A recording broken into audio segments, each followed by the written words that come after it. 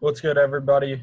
This is Kastner-Lang coming from the University of Miami on episode 4, I believe, of Dharma Unfiltered. Today we have a very special guest on the Zoom, Philip Wong. Philip Wong is currently a sophomore here at the U, and I was introduced to him through my management class. He's actually our team leader for a project that we're doing in my management class.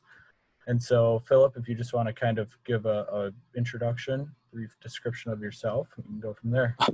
Absolutely. Pleasure to be on. My name is Philip. I am a sophomore doing double major finance and accounting. And I could go on for ages about myself, but I think the core concept that I think we'll be talking about today is about perspective and ideas. And that's sort of everything I do revolves around those two notions. So I'm happy to jump into the discussion. Yeah, so if you could just give a background, because I know you are in Michigan now, you live in Michigan. Live in Michigan. That's Okay, correct. so Yeah. just if you could just give a background, I guess, go way back. Where are you born? Where have you lived? Kind of Gotcha. what was your Gotcha. upbringing like? Okay. If you go on forever, you go on forever. But that's what the perspective. That's how the perspective is formed. I hear you. Okay, yeah, for sure. So I was born in the United States. I was born in Michigan. I've been here for a long time. Then I was here until 13, 14, and that's sort of the first step. My uncle had asked me, who's very close to me, had asked me if I wanted to go to the United Kingdom with him for a bit. And so then I started my track of going back and forth, back and forth, back and forth, until that is what was true until back when COVID hit. But my upbringing it was very interesting. I had bounced around a lot of schools. I probably went to at least 5 or 6. '08 was the worst for us. I went to a very, very cool and prestigious private school until about 2nd grade. And then I moved to the graduating class was 6. When I went to this school, it was a small Christian school that is no longer open. And this And was then still in Michigan? All in Michigan. And so this is when I was 3rd to 5th grade. And then I went back to the private school from 6th to 7th, and I did some online school around that time. I went in and out of high school. And then sort of I wound up at the University of Miami, which is a whole nother story in itself. So are your parents from the UK? Did you develop a British accent just from spending time there? Yeah, so both my dad is from Hong Kong, moved to America when he was quite young, and then my mom is American, red, white, and blue, dad, World War II, the whole thing. And so I did develop an accent coming back and forth. I thought it sounded cool. It makes me feel cool. That's insane. Yeah. So I do both. I do an American, I do British as well. A bit of French, a bit of Spanish as well. So yeah. Okay, very cool. So I guess what got you into business? Because you're in the business school now. Were you always into business, or well, I guess when did you start to kind of gain an interest in business, and what were some of your other interests kind of just growing up? Yeah, absolutely. And so I was always a golfer and an athlete. My mom was a college athlete. She played tennis. And so she got my brother and I into tennis when we were quite young. And we were superstars. We were traveling all over the country, playing tournaments, winning a whole bunch. That really defined my childhood. And then when I was 12, I had a rotator cuff injury. And my father, we used to play golf a lot as well. And then I pivoted to do golf. And so probably until I was 16, that was my life, doing sports, working out, all of that, yada, yada, yada. But along the way, some personal interests, I really got into fashion. I don't remember how it started. I think I saw one bloke on TV and I was like, he seems cool. What is he into? And so then, he had all this money and he spent it on clothes and this and that. And so I thought that was pretty cool. And so when I was probably about 15, I started getting into fashion. And then I started getting into photography and everything around the fashion industry, right? And so that has always been a passion of mine. And that was something even today, I would go into it if I had the chance to, but I just don't have the connections for it. And so when I was probably 16, 17, I sort of knew that in order to make a living and afford all the things I wanted to do, I knew I had to go into business, specifically finance. Even though I am not a math guy by any means, it's just I can do it well enough to where it's done perfectly. And so I might not have an interest in it, but I can definitely do it. And so I knew that in order to afford the lifestyle I wanted, finance was the way to go. And then it boiled down to, okay, what about finance would I do? Because finance is such a broad topic. And so one of the things I'm really good at is people, communicating with people, getting a central message across, and then portraying vision that two people can join in on. That's sort of the thing I do best. And so investment banking was the key to that, because you're dealing with clients, then you're dealing with your own team, all this and that. And so that was really the field I thought would be great to go into. And then that just happened to be the one major I chose at Miami, finance and accounting. Probably end up doing my CPA at some time. But as I go through, it's just a means to an end. At some point, and this is common with a lot of investment bankers, the turnover rate is crazy, very high. I think at Citibank's like 2 years people stay. And so I think I would do that to about 10, 15 years. And then I would branch out and do something that I was passionate about if I had the chance. If not, I would just stay and hopefully lead a company one day. Okay, yeah. So to be honest, I'm not even that familiar with like investment banking in general, and kind of, I know you come in as an intern, and so have you already, or are you working on an internship, or where are you with that process? So long history of working. My first ever sort of dabble with finance when I was 16 years old. I was writing a blog and doing video stuff. It was a non-profit, and I called it a bicontental entity back then, because I was doing blogs and videos about social issues, and I got Okay. some tiny investor to come in with like $5,000. And so that was like my first, real deal per se. Then I did side jobs to boost my resume. And then my first real step into the finance world was when I was back in your shoes, literally in the dorms. I was applying to a bunch of different internships I thought I should, just at least throw my name in the consideration for. And I got into the search fund sector. It was a bloke in Brickell. I believe he's still there. He went to Stanford grad. He worked for the State Department. I went to Stanford for a time being. So that's how the connection was made. And I was looking at a lot of deals, deal acquisition. That's the whole purpose of a search fund. It's not a very common model, but for those listening who don't know, a search fund is basically when a company, that's the search fund being the company, is looking to acquire another company. And that could be anything, whether, it's in the car industry, we were looking at weaponry, we were looking at everything. There's a whole range of sectors. And so his was very wide ranging. So we were looking at, so many different things. And so that was sort of my first step into finance. And then from last summer, so it would have been, this past summer, I did a fintech internship in the UK. Absolutely brilliant. Fintech is such a booming sector. And I got to, swim and drown in Excel the entire summer, doing data research, plotting points, processing thousands upon thousands of data points, and publishing my first research. I did about 10 pieces over the summer for the company. It was fantastic. And then currently I'm doing a private equity gig, so a little bit more aligned with finance, and that is out of a office in Miami, family investing office. Their AUM is 55 billion, which is crazy. And so I'm looking at a lot of deals, handling investor calls, and still looking at a lot of just deals in general, then trying to get investments on that front. And hopefully this summer I'll pivot to something that's within a bank, so Bank of America, Raymond James, right, all that good stuff. So you think kind of as you progress, you begin to do more, like you said, now you're kind of handling calls, whereas over the summer you were just working in Excel.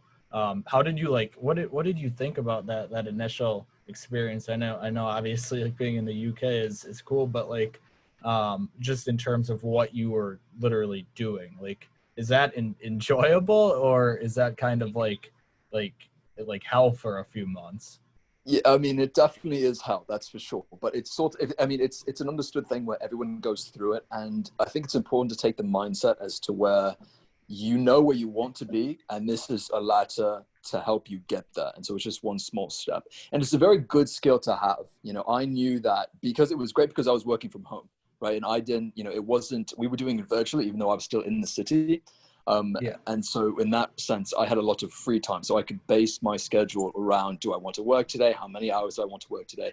So it was a lot of hands-on versus where, if I was, in New York or in London doing this internship, I would have an eye over my shoulder, which is good. But it didn't allow for the experience. No, And you have more freedom to do exactly what you want. Exactly. And so, And that's honestly goes like to just, I guess, virtual work in general and what this is all brought about. Like, people have a lot more freedom now across fields, across industries, not just in finance. But I think that, like you said, like when you're in person, you feel like, or a lot of people feel like there's a lot more pressure. Whereas when you're at home or working remotely, you can you feel more individual, I guess. Absolutely. Now, are you a fan of at-home learning, online learning, work from home? I think that's the term people are using. Are you a fan of that, or what are your thoughts? It's interesting because obviously for like the ketchup business, before COVID, whenever we would want to do meetings, we'd have to drive, because I live like 30 minutes when I'm back home, like 30 minutes west of Milwaukee. So Okay. regardless of what we're doing,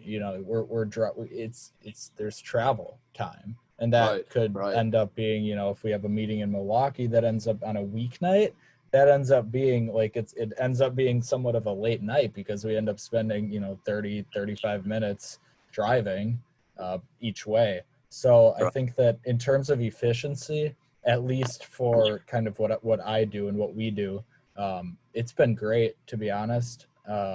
Obviously there's still a ton of value in in-person meetings and being able to actually kind of read people's body language, but a lot of it can be done remotely, I think. Yeah, absolutely. Now, in terms of school's a different story, because there's no doubt in my mind that kids would be getting much better grades if we were in person right now. And I don't know, I guess I haven't really experienced like the fully in-person college, I guess, experience. Like, this is all I know right now. Right. But it's definitely different.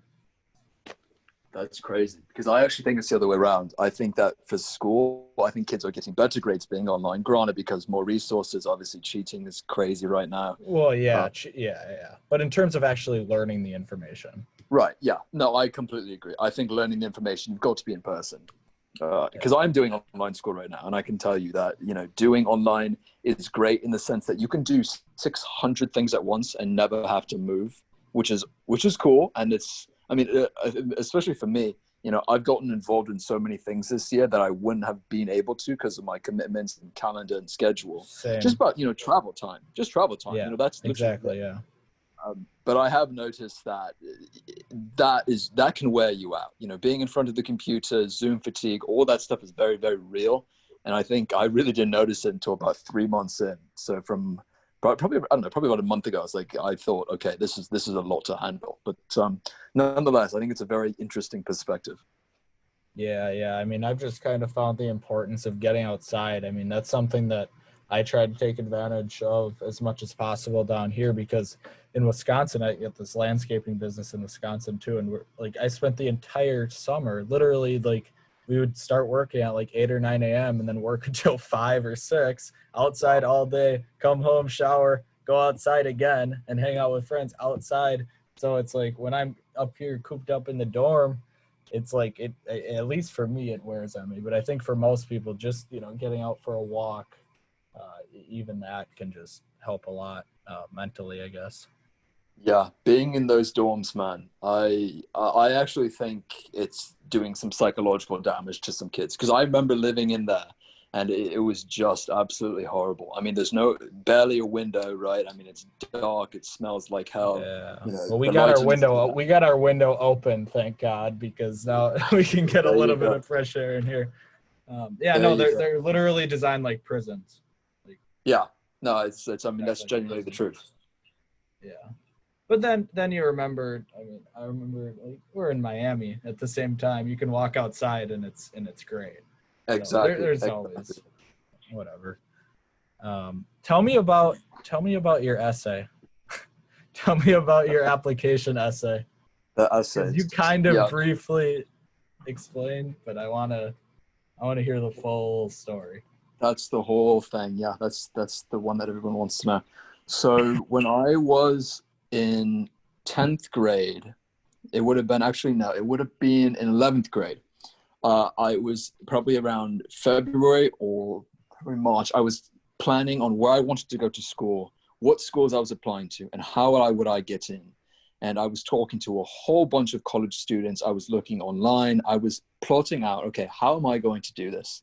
And I really wanted to go to an Ivy League. That was my whole thing. Every day, I think some athletes said, "What's your why?" Every morning I got up just to figure out how would I get into one of these amazing schools. Not because I really wanted to say, okay, I go to Harvard. It's because Harvard has a lot of connections that gets you where you want to go. And so that was sort of my logic in that.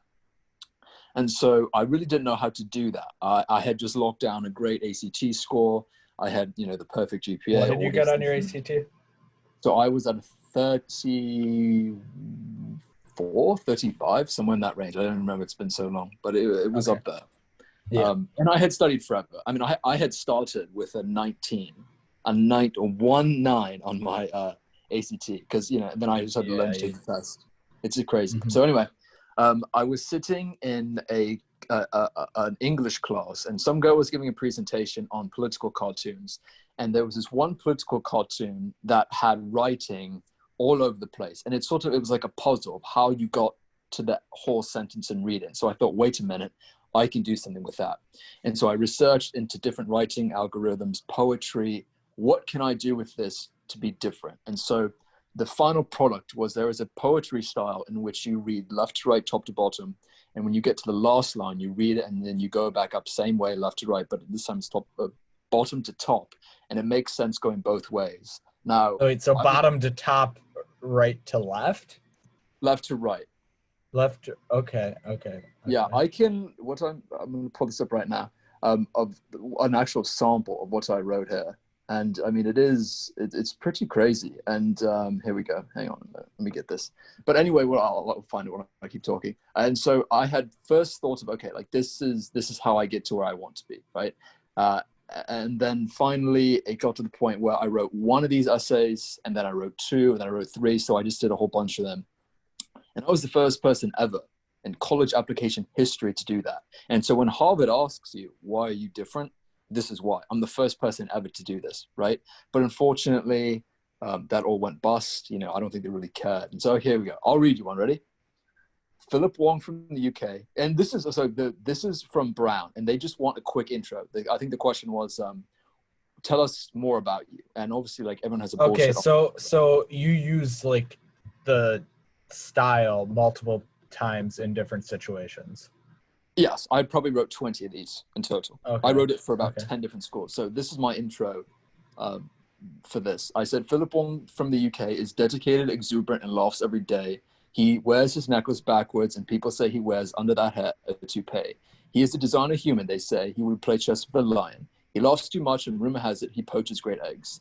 Philip loves the outdoors, scampering about to snap pictures. Oh, Philip.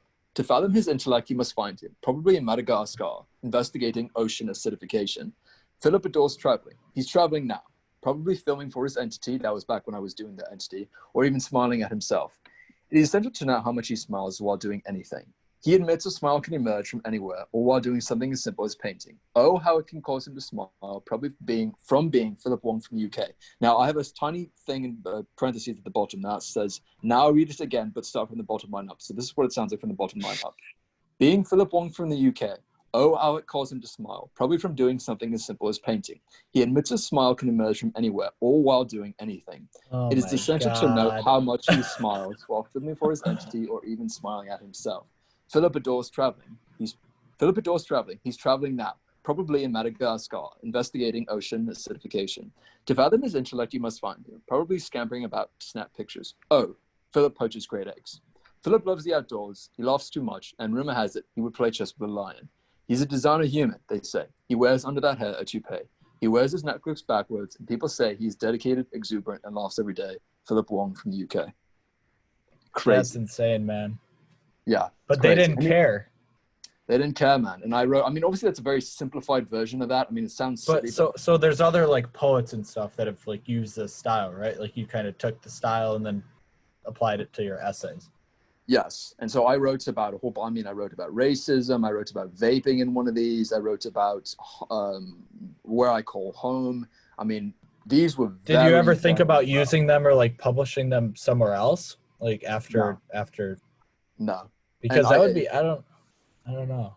it would be cool. It really, I mean, this is one of the things I'm very proud of in my life, even though they didn't work, just because the amount of time it took to prepare these and the amount of ingenuity that had to go into this. And Yeah. I mean, it was one of those things that broke me, right? Because this was my baby, and then it just got taken away, right? And so I think this college applications, I have a very strong opinion on, and most people I don't agree with what their opinion is, just because I basically had all the check marks. And when, like I said earlier, when Stanford and Harvard ask you, why are you different? And then I give you that answer in a correct format, to be completely honest. And then you say, okay, that's not what we're looking for. That's ridiculous. And it wasn't just like these two schools. I got rejected from 11 Ivies, right? So like, are you telling me not one? And I had interviews everywhere.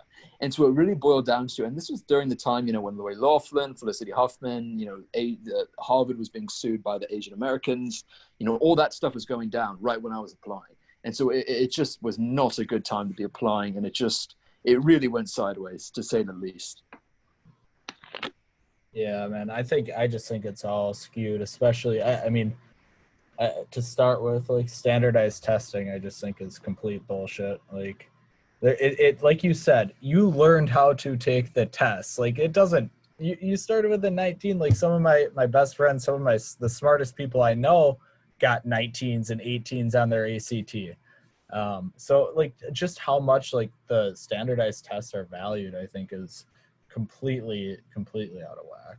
Now, I guess like I was like decent. I mean, I was like confident. I had like a 32 ACT and I think like a really 4.15 graded GPA. But I was like, I don't know. I was confident with my essay and stuff. Yeah, no doubt about it, man. Yeah, no doubt. I mean, it's a crazy process, to say the least. Yeah. And so you applied to what, 11 different schools? I applied to 12, all Ivies, all this, all that, and then I applied to Miami. Okay.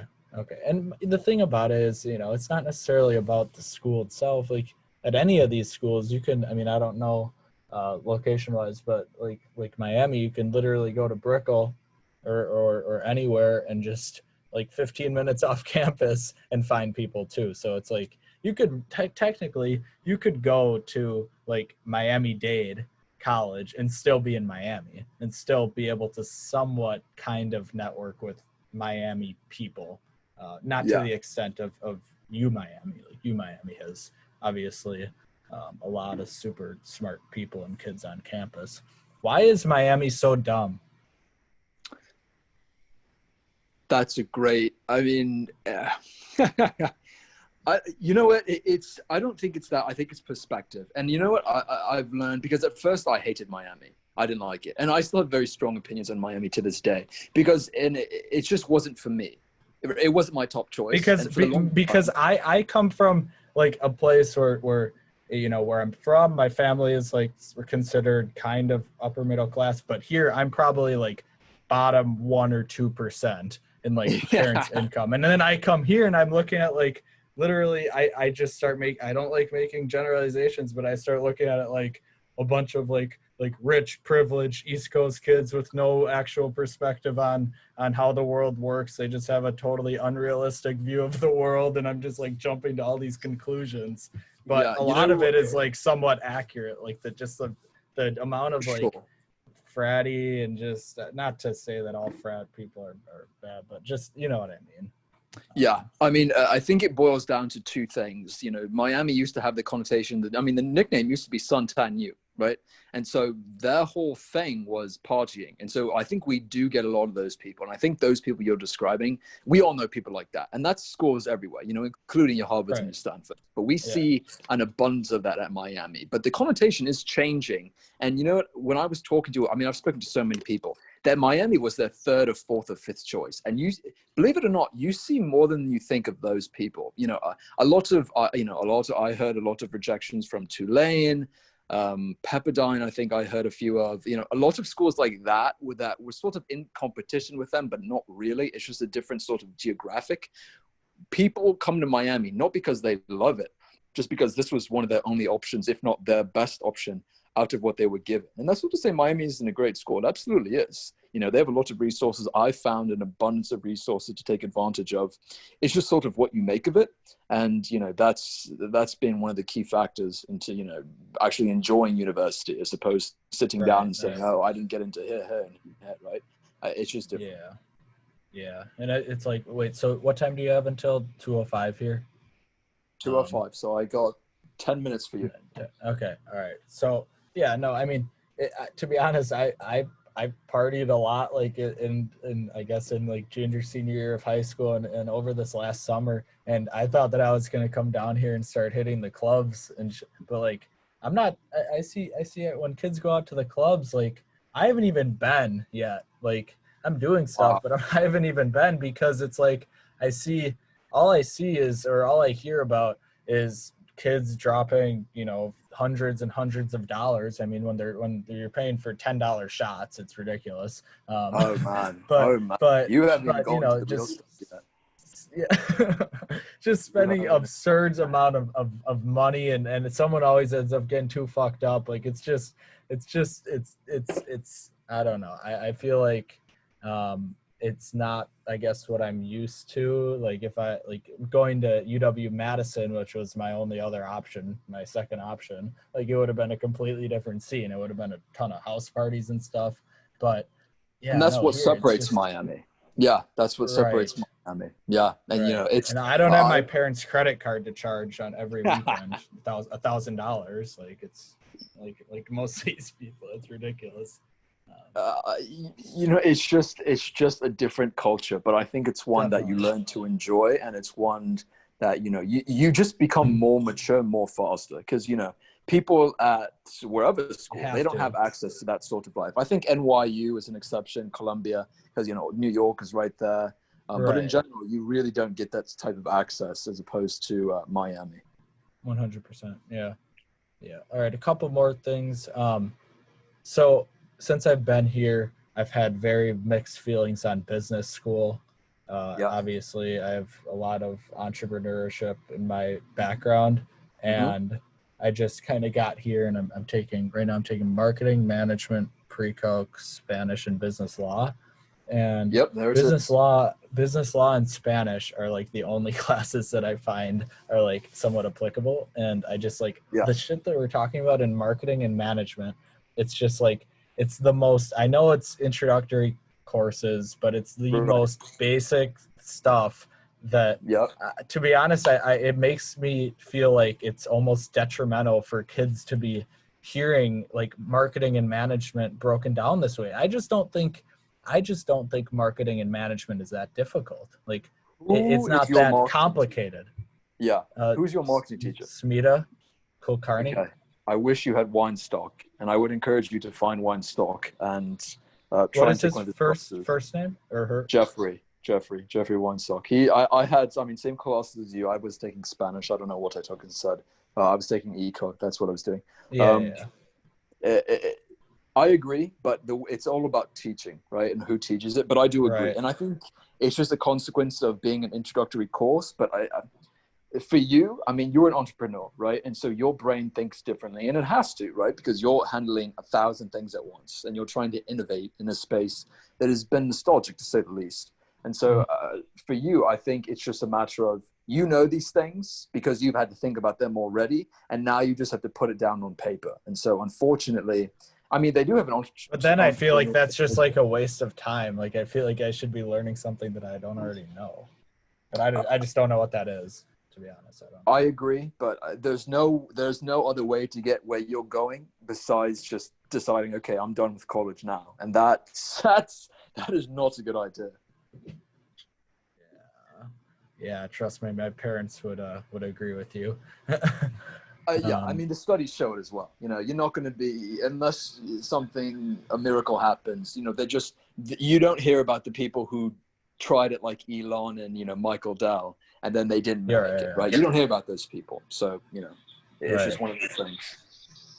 Yeah. I mean, I'm just going to, you know, either way, like I was talking to my dad, it's like, I might not be learning like a lot of stuff, like technical skills from marketing and management, but over the past like 3-4 months, I've learned more than I have my whole life, like just in general, like about like people and the education system and I guess business and just being in like I'm getting out into Miami a lot, even if it's by myself and just exploring. Like I think a day spent in Miami, like by yourself, is gonna, like, if some of these kids would just do that, none of these kids will, like, we're in Miami, like, let's take advantage of this. The only time they go off campus is the Pub 52 Friday night in the Uber. Oh, 52. Yeah. You know, and that's what I think is great, especially for you and I, is that because we do go to school in such a culture, you have an opportunity to be the best. And that's something I get, you know, gave the speech I give to your group, is that there are so many opportunities that people just sleep on, and me included. You can't do everything, right? That's impossible. But I think to take advantage of what's the situation and the lack of attention to detail, for one, from the other students, and just the lack of care, you know, to step up and say, okay, I care, I'm going to be the best. That is how you exceed and excel, you know, expectations, and, you know, rise to the top of Miami, because it is possible, man. You know, it really is. And I'm an example of that. It's very simple. Yeah.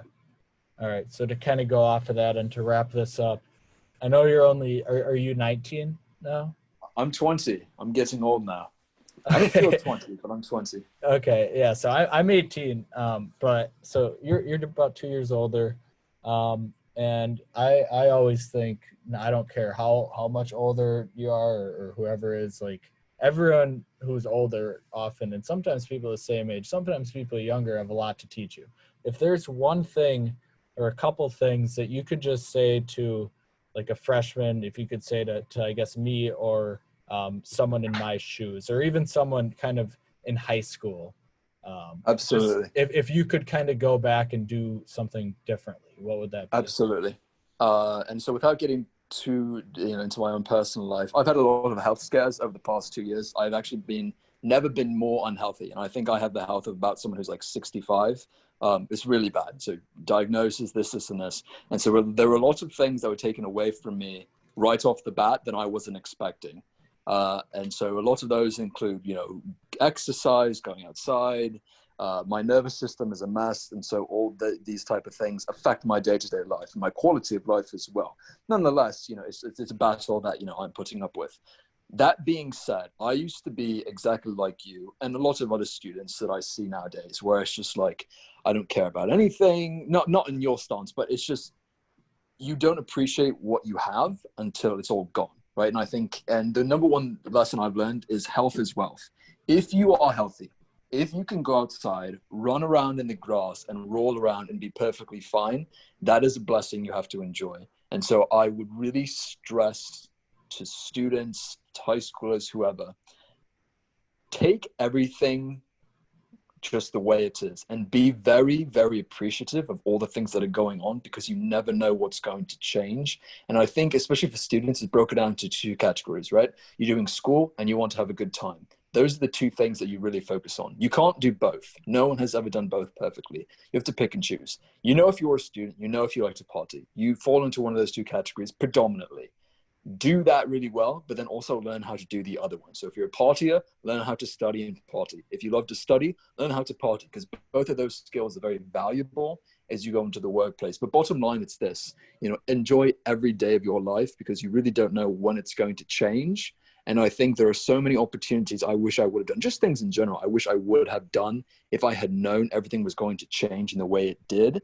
And I definitely would have taken more risks, and just enjoyed things more while they were still on the table. And I don't think people do that enough. And because it's very hard, right? You know, you don't think anything is going to change, so you don't act like anything is very valuable because it's always going to be there. And the bottom reality is it's not. At least for my case, it wasn't. And so, you know, if it is great, if it's not, For you know, everyone, at some point, things are going to change. Yeah, absolutely. well said. Yeah. And I think, like you said, if the body's in tune, if the body's right, if you're eating well, your mind's going to be right, and everything else is going to follow. And a lot of people are just asleep. A lot of people have just had this notion in their mind that, okay, this fake notion that, okay, I'm going to get good grades, therefore I'm going to do well. But that's not necessarily the case. You need to just do well in whatever it is you're doing, not just in school, but if you want to start a business, do it well. If you want to start a podcast, if you want to make art, it doesn't matter. Just do it well. Absolutely, man. So, absolutely. All right, man. Thanks so much for being on. And I guess I will see you or talk to you maybe on Thursday or whenever we have our next. It's on Thursday, man. See you soon. Yep. All right. See you later.